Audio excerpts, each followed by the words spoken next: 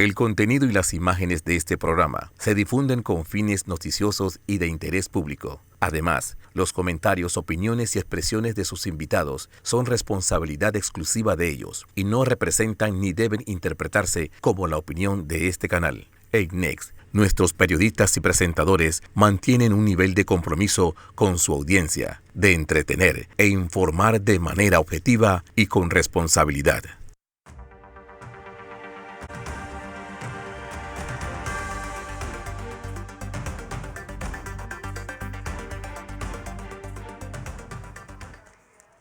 Saludos, gracias por recibirnos otra noche de Hablando de Frente. Recuerden sintonizarnos todos los jueves 7:30 por Canal 21 y cuando no puedan hacerlo estamos en YouTube, en las redes de Next Panamá y de Vallarino Panamá.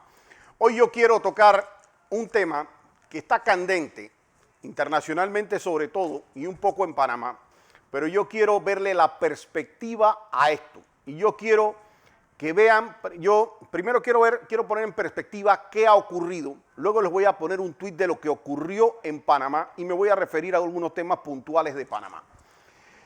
El presidente actual de El Salvador no tenía una mayoría legislativa en la Asamblea hasta hace muy poco. Hicieron elecciones y ganó democráticamente, de manera amplia, muchísimos escaños en la Asamblea Nacional. Cuando se instala esa Asamblea Nacional, el primer acto que realizan básicamente es destituir a los magistrados de la Sala Constitucional y destituir al fiscal general de El Salvador. Eso trajo la condena internacional de muchísimas personas que consideraron que se afectaba la separación de los poderes. Yo voy a hacer algunas consideraciones de esto y sobre también los ecos que esto se ha hecho en Panamá. Pero primero quiero decirles que yo no estoy de acuerdo, ojo, con lo que hizo el señor Bukele y lo voy a explicar el por qué, pero tengo que reconocer que soy la minoría que piensa de esa manera. En El Salvador, el señor goza de una popularidad amplísima, superior al 80% o en esa área. Pero yo quiero decirles, aquí en Panamá, y acabé de revisar mi tweet hace un rato, para hacer un sondeo, que no es científico, pero no tiene por qué verse afectado, lo hemos estado siguiendo desde ayer, para ver que no haya una manipulación, es decir, que se mantengan tendencias. Y yo quiero que ustedes vean cuál es la opinión de Panamá, principalmente, sobre lo que hizo el señor Bukele, si está bien o si está mal. Si me ponen, por favor, primero el tweet. Ahí ustedes tienen que ver, yo dije, y en efecto era así, sorry por la mala palabra, eso está en el tweet, dice, tengo que preguntar esta vaina, porque está siendo reñida, pero prefiero salir de dudas. ¿Está usted de acuerdo con lo que hizo el señor Nayib Bukele en El Salvador, sí o no? Sí, 78%, no, 22%. Eso fue hace un rato que yo envié eso acá a controles. Pero ahora mismo teníamos una votación cercana a los 2.000 votos y se mantenía la tendencia exacta. ¿Qué quiere decir eso? Que 78% de los panameños, o un aproximado, para no tratar esto científico, pero una mayoría representativa de Panamá considera que lo que hizo el señor Bukele es correcto. Y ojo, porque yo aquí quiero dividir mis comentarios. Mi apreciación viene desde un punto estrictamente legal y de conveniencia para El Salvador a largo plazo, no al corto plazo, y ahora voy a explicar el por qué. Porque yo dije en efecto que cuando salen personas que tratan de solucionarlo todo de un tablazo, puede ser, incluso con la mejor intención, puede ser que lo que estén persiguiendo sea correcto, pero al final terminan los gobiernos haciendo desvíos. Y yo quiero decirles que cuando los que ya hemos seguido algo de historia latinoamericana, ustedes van a ver que aquí hay expresidentes que en su momento fueron súper populares en su país. O sea, un tipo como Alberto Fujimori era súper popular, ese tipo se religió, si no fue una o dos veces en Perú. O sea, tenía un margen de popularidad muy amplio. De hecho, yo creo que Perú, yo sin ser peruano y no queriendo meterme en los temas de Perú, pero creo que hizo mucho por Perú en un momento. Porque Perú, los que conocen la historia y saben de Abimael Guzmán y saben del tema de Sendero Luminoso, que era una especie de células terroristas que había en Perú, saben que eso era un problema. Entonces Fujimori llegó como los bravos, pues a agarrar y a acabar de manera muy fuerte con esto. Y en la mitad de eso, aparentemente, se llevaron un par de derechos humanos en la mitad. Y por eso está el señor detenido desde hace muchos años y ahora para muchos peruanos no es tan bueno. Hoy día está corriendo la hija de él, Keiko Fujimori, salió de segunda en la primera votación y tiene muy buenas posibilidades de ganar porque ahora mismo está de alguna manera, hay un debate entre izquierda y derecha en Perú y si me preguntan mi opinión, la mía, yo pienso que Perú va un poco más hacia la derecha que hacia la izquierda. Si nosotros vemos este escenario repetido en Colombia, nosotros vamos a ver a alguien como el expresidente Álvaro Uribe.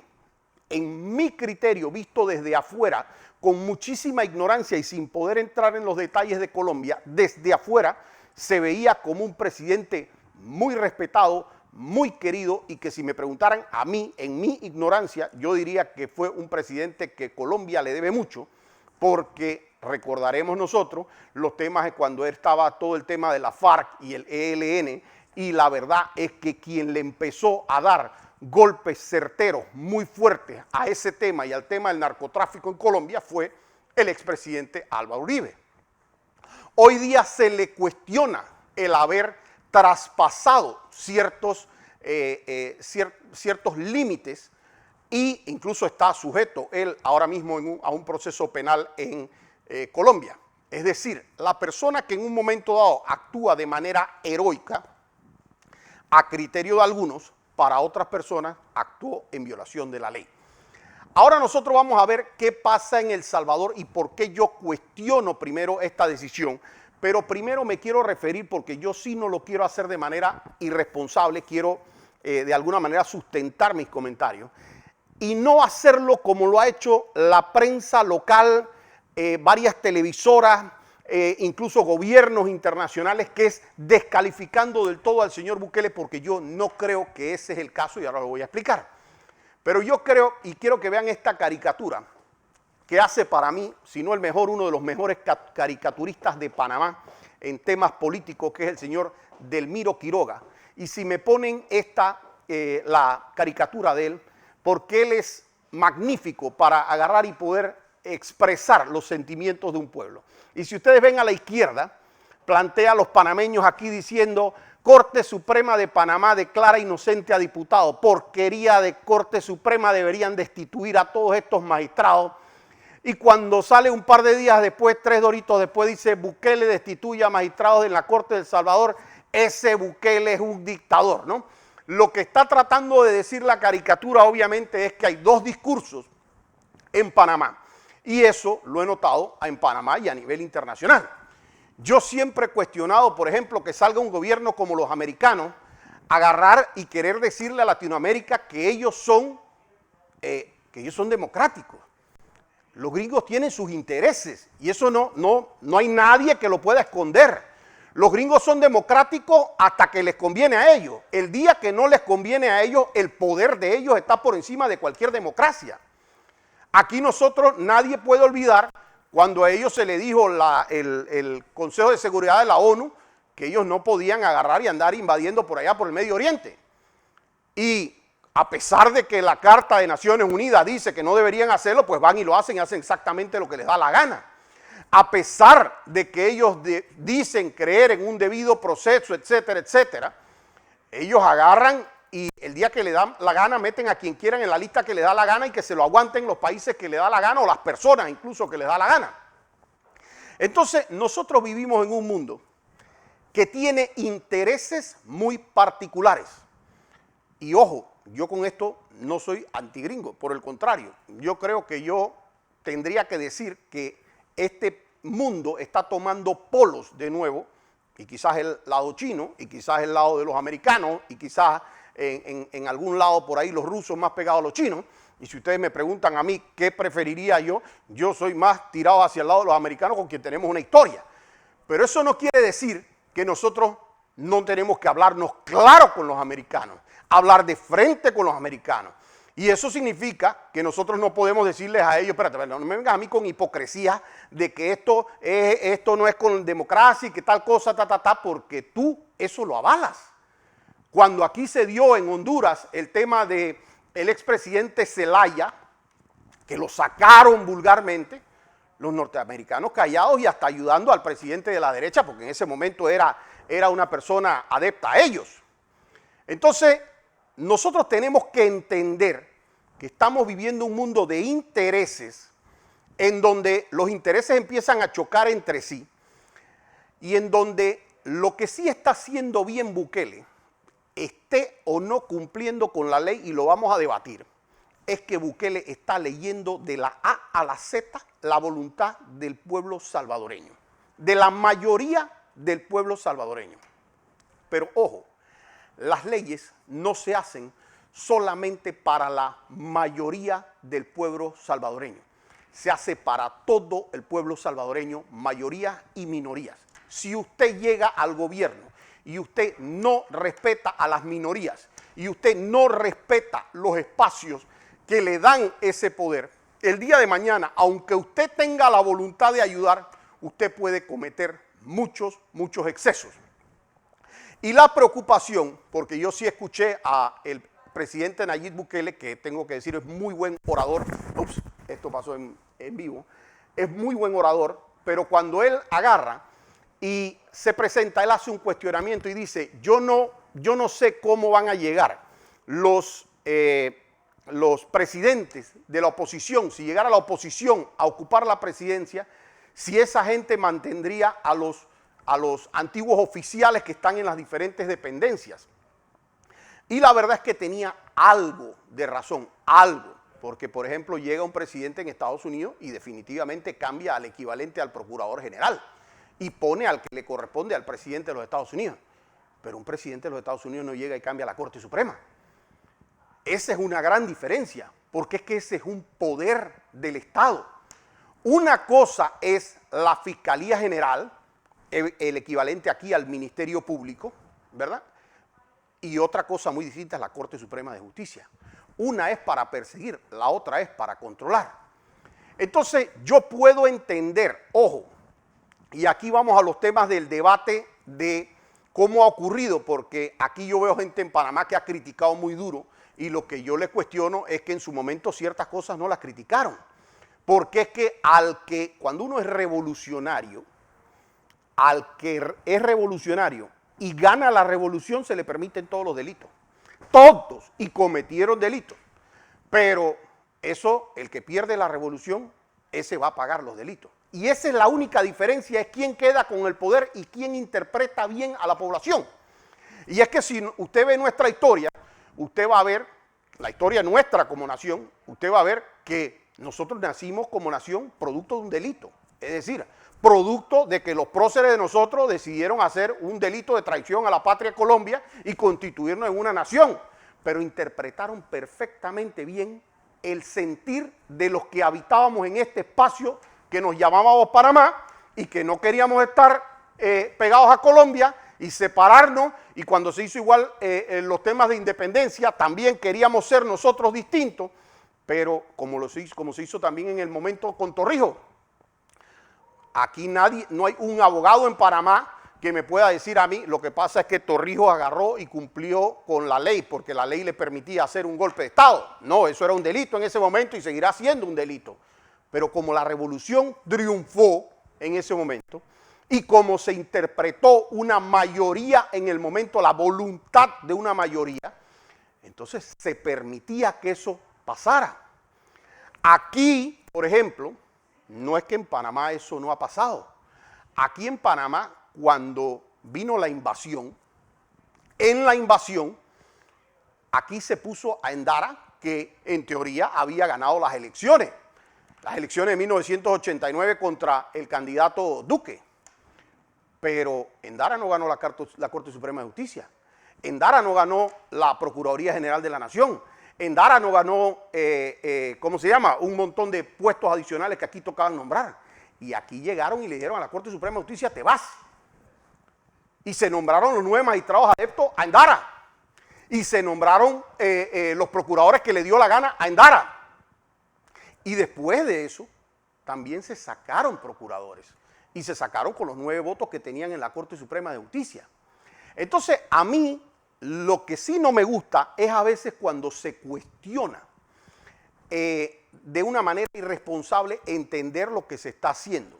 Nayib Bukele, aparentemente, más allá de ser un presidente, parece ser un joven revolucionario. Es decir, está dispuesto a cambiar su país, pase lo que pase. Hay una cuestión que se llama la pirámide de Maslow.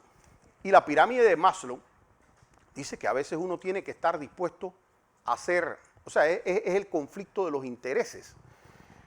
Es como lo del príncipe de Maquiavelo, ¿no? Que el fin justifica los medios. Entonces hay alguna cuestión en donde dicen, oye, tú agarrarías y le meterías un tiro a una vieja. Y la gente dice, no, ni loco, no se me ocurriría. Ajá. Y si esa vieja va a matar a tu hija y tiene una pistola puesta en la cabeza, ay, si le meto 5 tiros a la vieja. Entonces, porque hay un interés superior que defender y hay algo que hace que tenga que traspasar una frontera que normalmente no traspasaría. Y en estos países están pasando situaciones que también están pasando en Panamá, algunas, en donde uno se pregunta cómo cambio esto, cómo este escenario puede cambiar en temas de justicia, en temas de mucha... Yo he tenido debates como abogado, debates me refiero a discusiones, con colegas e incluso con políticos, donde yo les he dicho, mira, un presidente cuando llega a la silla presidencial, llega precisamente con una encrucijada. O él la agarra y si él quiere cumplir con la voluntad del pueblo, a lo mejor él va a tener que agarrar y hacer cosas que no están en la Constitución. Y él va a tener que decir, tú y tú te vas para tu casa, pero eso no está permitido en la Constitución. Lo está haciendo por la fuerza. Va a tener que agarrar a lo mejor a un par de magistrados y mucha gente se la celebrará y le dirá, tú y tú y tú quedan presos. Pero es que eso no se lo permite la Constitución, no se lo permite la ley y nadie lo manda a juzgar. Pero si llegara un líder revolucionario que identifique bien lo que el pueblo quiere, posiblemente eso se lo perdonen y la persona termine pasando como un revolucionario. Pero sería un revolucionario, no sería un presidente cumpliendo con lo que dice la Constitución. El argumento que presentó el presidente Bukele es un argumento tratando de decir, raspamos la línea de la legalidad en El Salvador. ¿Y por qué yo digo que raspamos? Porque sí, muy parecido a Panamá, la Constitución de ellos establece que a través de cierta mayoría calificada de diputados, usted puede hasta destituir al presidente. Pero eso no significa que si yo tengo 46 votos, porque me dio la gana yo voy a destituir al presidente. Eso no significa que yo en teoría no le voy a dar la capacidad a un presidente, si lo voy a acusar de algo, de que por lo menos diga algo. Porque es que una ley no se interpreta nada más en base a un artículo. Si yo le dijera a usted, ¿verdad?, que hay un artículo del Código Penal que dice que quien se apropie de un bien ajeno será sancionado con una pena de tanto y tanto, usted me va a decir que, bueno, si yo me llevé el celular ajeno por equivocación o lo que sea, eso va a ser un... No, eso no sería un delito porque es un accidente. Usted se llevó un celular por error de otra persona. Entonces eso nunca va a ser un delito, pero eso no lo dice ese artículo. Es que cuando usted lo interpreta en su conjunto con otros artículos, con la doctrina del derecho penal, con todo lo que le han enseñado para hacer eso que nosotros los abogados llamamos la hermenéutica, la interpretación que incluye la doctrina, la jurisprudencia, todo lo que se ha escrito sobre esto, los artículos en efecto, entonces, o sea, la propia legislación, entonces usted va a tener que coincidir como abogado que realmente para proceder a una destitución de un funcionario hay normas internacionales incluso que establecen que si usted le va a hacer un proceso a alguien, usted debe escucharlo. Porque Nayib Bukele dijo algo en su conferencia que es lo mismo que se le traduce a él. Él dijo, quien no escucha las dos partes está sujeto a equivocarse. Y él está en lo correcto. Pero eso fue lo que hizo la Asamblea. La Asamblea no le permitió a los magistrados escucharle su parte. Entonces, si él tira algo tan fuerte como un tuit y dice, lo que pasa es que tenemos en la corte, nosotros teníamos maleantes, lo que sea, y nosotros estamos limpiando la casa. Y ojo, puede ser una interpretación muy certera incluso. No estoy diciendo ni siquiera que sea mentira o verdad, porque ni siquiera los conozco, no tengo idea ni quiénes son ni qué han hecho. Pero lo cierto es que eso tenía que probarse. Y para probarse eso, tenías que haber ido a un juicio en el cual tú le permitieras decirle los cargos y que él se defendiera. Y después de escuchar lo que ellos tenían que decir, entonces sí, pues tenían que agarrar y decir, te destituyo. Y eso no solamente para lo penal, también para un proceso administrativo. Lo mínimo que tienes que hacer para respetar los derechos humanos es escuchar lo que la persona tiene que decir sobre los cargos que tú le estás presentando. Entonces, bajo ese criterio, yo creo que ha sido un exceso legal. Ojo, que aquí quiero hacer una diferencia, exceso legal. Como en su momento, les estoy diciendo, hubo excesos legales por parte de líderes revolucionarios como Torrijos, hubo excesos legales de los próceres de nuestra independencia, hubo excesos legales de muchas personas aquí a lo largo de la invasión también. El tema de un líder que va a cometer excesos legales es poder interpretar adecuadamente y estar siendo apoyado, poder interpretar a su pueblo y poder interpretarlo muy bien. Pareciera, y ahí es donde yo tengo que echar para atrás, pareciera que Bukele sí está interpretando lo que quiere un altísimo porcentaje de su pueblo. Pero Bukele tiene que saber que su cargo tiene que ir condimentado con algo que se llama prudencia. ¿Por qué? Porque al igual que todo el resto de los países de América, está pegado a otros países, ya sea por comercio, ya sea por temas internacionales, por temas diplomáticos, está pegado. Entonces un presidente tiene que tener prudencia, porque no hay nada más flojo que un dólar, no hay nada más flojo que la inversión. Entonces si la gente huele conflicto en El Salvador, si la gente huele a, espérate, yo en El Salvador, yo no puedo irme a pelear un proceso. Allá están puestos los magistrados del presidente. Lo que el presidente quiera se va a hacer. Si los inversionistas empiezan a oler eso en El Salvador, sea real o no, ojo, eso le va a hacer un daño a El Salvador. Si en El Salvador, que pasó una guerra civil en El Salvador, si en El Salvador cierto sector se empieza a ver excluido lo que está haciendo Nayib Bukele y tiene el sustento para generar un claro debate de que se están pasando ciertos límites, le van a poder reclamar y puede ser que genere unos conflictos que vayan más allá del simple conflicto en las calles. Ahora, yo sí tengo que decir que lo que dijo Nayib Bukele es real. Si él no estuviera interpretando lo que está ocurriendo en El Salvador de manera correcta, y él se vuela a una Corte Suprema de Justicia y se vuela a la Fiscalía General, escúchenme, el país estuviera pata para arriba, cargado en marchas, cargado en manifestaciones, y eso no está ocurriendo en El Salvador.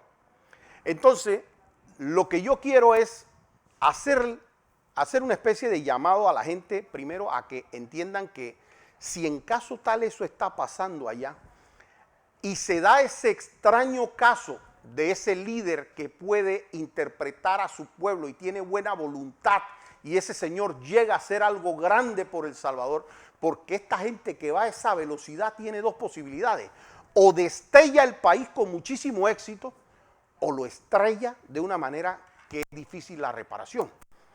Entonces, los que aquí en Panamá están pidiendo lo mismo, ojo con lo que piden, que cuidado se nos concede.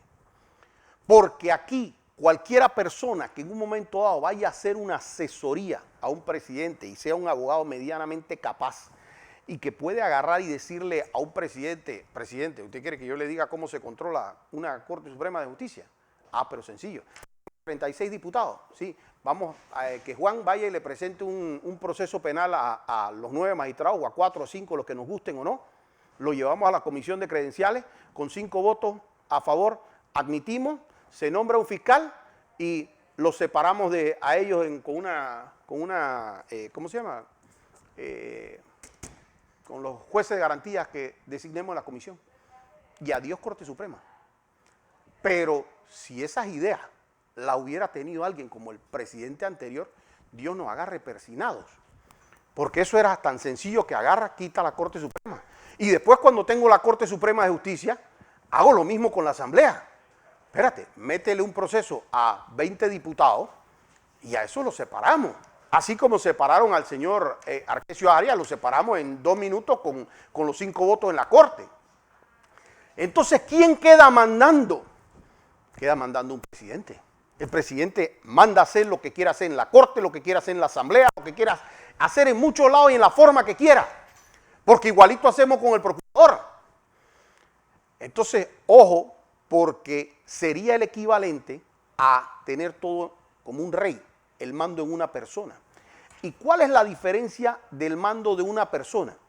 La diferencia es que si esa persona tiene buena voluntad, es un buen tipo, igual puede equivocarse, ojo, pero si tiene buena voluntad, va a hacer algo bueno por el país. Esa persona va a andar a velocidad, va a hacer algo bueno por el país. Pero si esa persona pierde el rumbo o tiene malas intenciones y tiene ese poder, se fueron los controles del país y hasta ahí sí llegamos. Porque es que eso ha pasado en otras latitudes. Nosotros tenemos situaciones similares que empezaron así en Venezuela. En Venezuela lo primero que se hizo, y ahí es donde yo traigo lo que está pasando en Panamá, porque aquí hay grupos muy particulares que se están dedicando a desprestigiar a la clase política en general. ¿Cuál es la agenda? La agenda es peligrosa, porque eso fue lo mismo que se hizo en Venezuela. Y entonces ellos traen este supuesto Mesías a agarrar y decir, este es el que te va a solucionar los problemas. Y cuando viene esa persona en los primeros años incluso, tiene un alto nivel de popularidad. Aquí nadie puede decir que Chávez no tenía un alto nivel de popularidad inicial, incluso hasta Maduro. Pero, ¿qué pasa? Que después, cuando vienen los desvíos, porque esta gente cuando se desvió una vez, después sí le llega alguien a decir al oído y le dice, presidente, si usted suelta el poder ahora mismo y nosotros nos vamos, el que viene lo va a meter preso a usted por haber hecho esto y esto y esto, como le pasó a Fujimori, como están persiguiendo a Álvaro Uribe, como le pasó a Pinochet, como dicen, si usted suelta el poder lo van a corretear. Y entonces a uno se les mete en la cabeza y dice, ah no, esto sí no puedo hacerlo, yo no puedo soltar el poder. Y entonces empieza una lucha de poder que causa problemas en el país. Pero eso si el tipo es bueno, si el tipo es malo, si el tipo tiene malas intenciones, si el tipo es una persona como los gobernantes que están en Venezuela, pobre país. Quien conoció Venezuela antes y ve Venezuela lo que es hoy en día, sabe el problema que ha sido para el país tener eso. Entonces yo quiero llamar un poquito a la cordura. Y, ojo, no llegar a los extremos. Yo no pienso que Bukele es un mal presidente, pero pienso que le sirve reflexionar si no puede usar una vía menos traumática. Porque definitivamente que ir a velocidad, claro que trae popularidad. Y claro que le puede traer buenos resultados y muchos aplausos. Pero como se equivoque, el estrellón va a ser muy, muy fuerte. Lo veo así hasta el próximo jueves, aquí, Hablando de Frente.